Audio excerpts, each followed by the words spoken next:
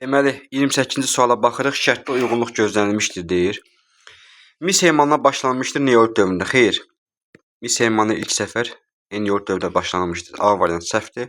Mənimsəmə təsərrüfatını istehsal təsərrüfatı əvəz etmişdir. Orta paleolit dövrü. Xeyr. Mezolit dövrünə aiddir. B də səhvdir. Ana xalqanlığı ata xalqanlığı ilə əvəz edilmişdir. Erkən tunc dövrü. Tamamilə doğrudur.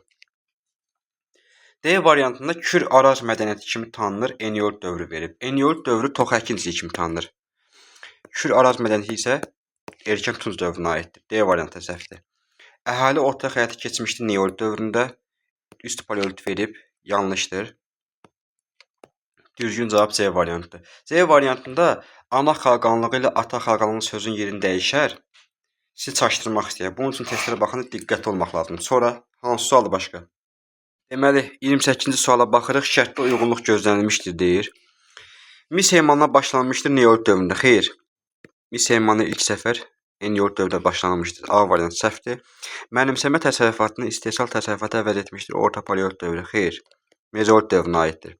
B də səhvdir. Ana xalqanlığı ata xalqanlığı ilə əvəz edilmişdir. Erkən tunc dövrü. Tamamilə doğrudur.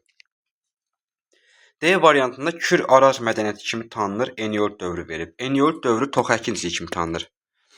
Kür-Araz mədəniyyəti isə erkən tunc dövrünə aiddir. D variantı səhvdir. Əhali otlaq həyata keçmişdir neolit dövründə.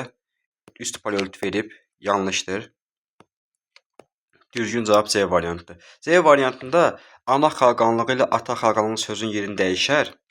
Sizi çaşdırmaq istəyir. Bunun üçün testlərə baxanda diqqətli olmaq lazımdır. Sonra hansı sualdır başqa?